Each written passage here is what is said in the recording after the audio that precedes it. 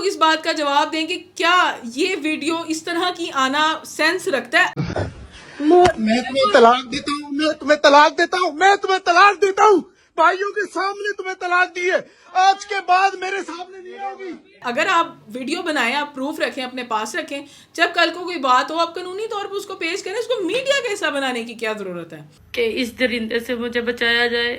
इसने मुझे बहुत धमकियां दी हैं और इसने मुझे बोला था कि मैं तुझे मरवा दूंगा। प्लीज मेरी सीएम मरियम पंजाब से कि मैंने इसको नहीं मारा वहाँ पे। ये वीडियो बनाई मैंने इसलिए थी कि कल को ये मेरे खिलाफ कोई ना कोई वीडियो लगाएगी और मुझे ब्लैकमेल करेगी। मैंने कुरान पाक उठाया हुआ है और मैं सच कह रहा हूँ कि मैंने इसको नहीं मारा।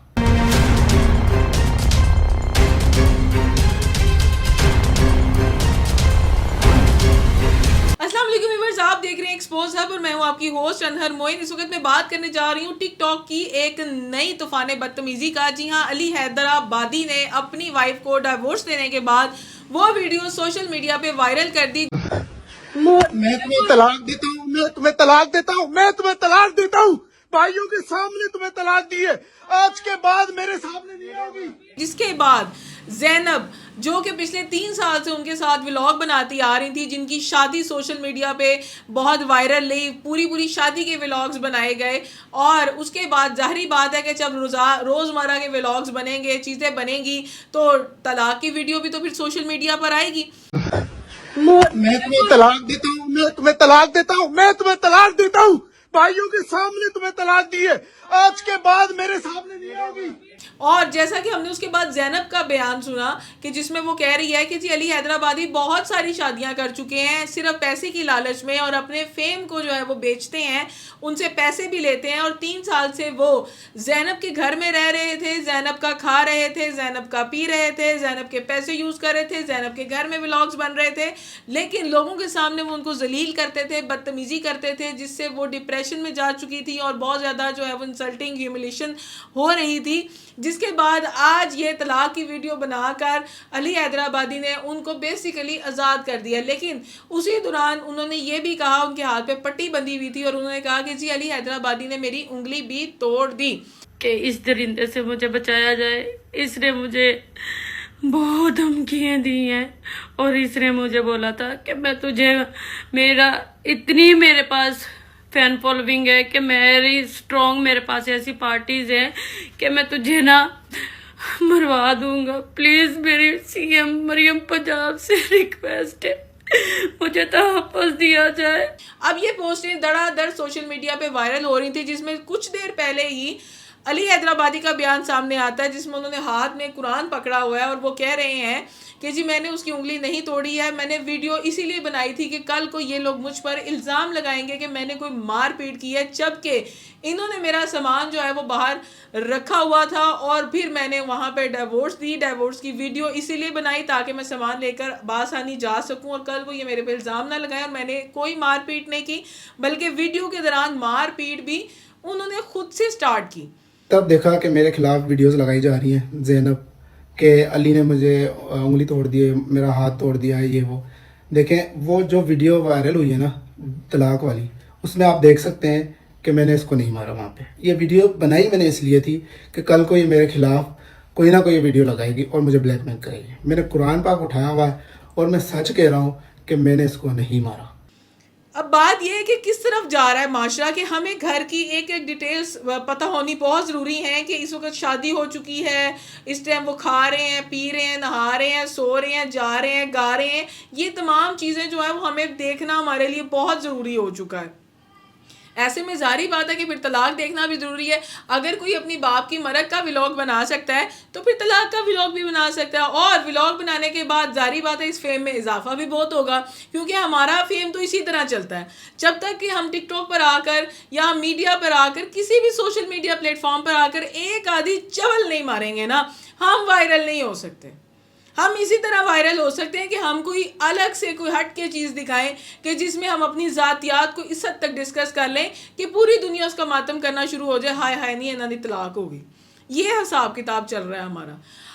एक छोटे से वर्ड, ये अभी लास्टली वाकया हुआ है, बड़ा वायरल हुआ ये वाकया सोशल मीडिया पे भी। निशा पोमी एक आवाज़ थी जिस पे वो आदमी वायरल हुआ है और पूरा जो यूनिवर्सिटी का क्राउड था वो उस बंदे के पीछे था कि हमारे साथ एक सेल्फी बना लो। यानी कि हमें पढ़ाई लिखाई छोड़ देनी चाहिए, कलम छोड़ देना चाहिए, हमें सारा दिन बैठ के व्लॉग देखने चाहिए जिसमें वो किस किस्म की वाहियातियाँ और चवलियाँ मार रहे हैं वो हमें बहुत गौर से देखनी चाहिए, उनके व्यूज़ बढ़ाने चाहिए। और उसके बाद अगर हमें कहीं नज़र आ जाए तो सेल्फी बनानी तो मेरा ख्याल फ़र्ज़ हो चुकी है ना। अब ये शख्स अली हैदराबादी साहब भी वायरल हो गए क्योंकि इन्होंने अपनी बीवी को तलाक दी है। ये बहुत सारे अब ढेरों ढेर मेरी तरह बहुत सारे और इन्फ्लुएंसर्स भी इस पर व्लॉग बनाएंगे, बात करेंगे, कुछ हक में बनाएंगे, कुछ खिलाफ बनाएंगे, कुछ ज़ैनब की बात करेंगे, कोई उसकी साइड लेंगे, कोई अली हैदराबादी की साइड लेगा।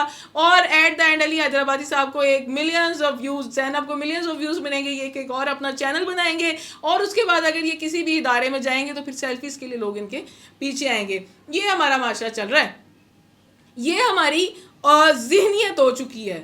इसे जेंजी कहते हैं। यानी कि हमने जंगें भी सोशल मीडिया पे लड़नी है, हमने निकाह भी सोशल मीडिया पे करने हैं, हमने घर का बुखार भी सोशल मीडिया पे डिस्कस करना है। आप लोग इस बात का जवाब दें कि क्या ये वीडियो इस तरह की आना सेंस रखता है? अगर आप वीडियो बनाएं, आप प्रूफ रखें, अपने पास रखें, जब कल को कोई बात हो आप कानूनी तौर पर उसको पेश करें। उसको मीडिया का हिस्सा बनाने की क्या ज़रूरत है? इस बारे में आपकी क्या राय है कमेंट सेक्शन में लाजमी बताइएगा। मिलेंगे इंशाल्लाह आपके साथ नई बात के साथ। दीजिए अंदर मुझको इजाज़त, अल्लाह ने के बाद। अस्सलाम वालेकुम। जैसा कि आप जानते हैं अली हैदराबादी, तो ये मेरी पहली और आखिरी वीडियो है। पहली बात तो मैं इस टॉपिक पे बात नहीं करना चाह रहा था क्योंकि ये है फैमिली मैटर हमारा। तो मैंने एक तरफ देखा कि मेरे खिलाफ वीडियोस लगाई जा रही हैं, ज़ैनब के अली ने मुझे उंगली तोड़ दी है, मेरा हाथ तोड़ दिया है, ये वो। देखें वो जो वीडियो वायरल हुई है ना तलाक वाली, उसमें आप देख सकते हैं कि मैंने इसको नहीं मारा वहाँ पे। ये वीडियो बनाई मैंने इसलिए थी कि कल को ये मेरे खिलाफ कोई ना कोई वीडियो लगाएगी और मुझे ब्लैकमेल करेगी। मैंने कुरान पाक उठाया हुआ है और मैं सच कह रहा हूँ कि मैंने इसको नहीं मारा। दूसरी बात, ये जो वीडियो में आप देख रहे हैं कि एंड में वो मुझे पकड़ रहे थे मेरे मोबाइल को कि ये वीडियो बना के भाग रहा है, यहाँ से लेके जा रहा है। क्यों? क्योंकि इन्होंने मेरा सामान, नीचे देख रहे हैं कि मेरा सामान नज़र आ रहा होगा, कपड़े शपड़े शॉपर नज़र आ रहा होगा। फर्स्ट में जब वो वीडियो स्टार्ट हो रही है, इन्होंने पहले ही तैयारी कर दी थी कि अली को निकाल देना यहाँ से। जी मैं बिल्कुल इनके घर में रहता था, लेकिन इन्होंने खुद रखा हुआ था। मैंने रेंट पे घर लिए हुए थे, 5 मरला घर। इसने ये नहीं रही। फ्लैट लिया, ये नहीं रही। इसको मैं अपने हैदराबाद लेके जाना चाहता, नहीं गई। बस इसके कहने पे मैं चलता रहा। 3 साल में बहुत सारी लड़ाइयाँ हुई इस तरह की। अब मेरे पे इल्ज़ाम लगाया जा रहा है कि मैं इसको धमकियाँ दे रहा हूँ। मैं कुरान उठा रहा हूँ, मैंने इसको कोई धमकी नहीं दी, कोई उंगली नहीं तोड़ी। और ये फैमिली मैटर है, मैं इसको डिस्क्लोज नहीं करना चाह रहा था, लेकिन ये इसने वीडियोस लगाई हैं तो मैं जो ना बस कुछ कह नहीं सकता कि ये इतनी गिर सकती है। मैं तमाम इदारों की रिस्पेक्ट करता हूँ। अगर मुझे जो भी बुलाएगा मैं प्रूफ देने के लिए तैयार हूँ। गाइस, मैं पिछले 3 साल से इस जुल्म के शिकार में थी। मैं डिप्रेशन में थी। मेरे साथ क्या हो रहा है, मेरी ज़िंदगी के साथ क्या खिलवाड़ हुए जा रहे हैं।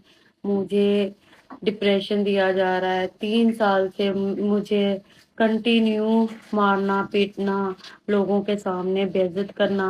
अभी भी मुझे मार पीट के मेरी उंगली तोड़ के अली चला गया है, ठीक है, यहाँ से।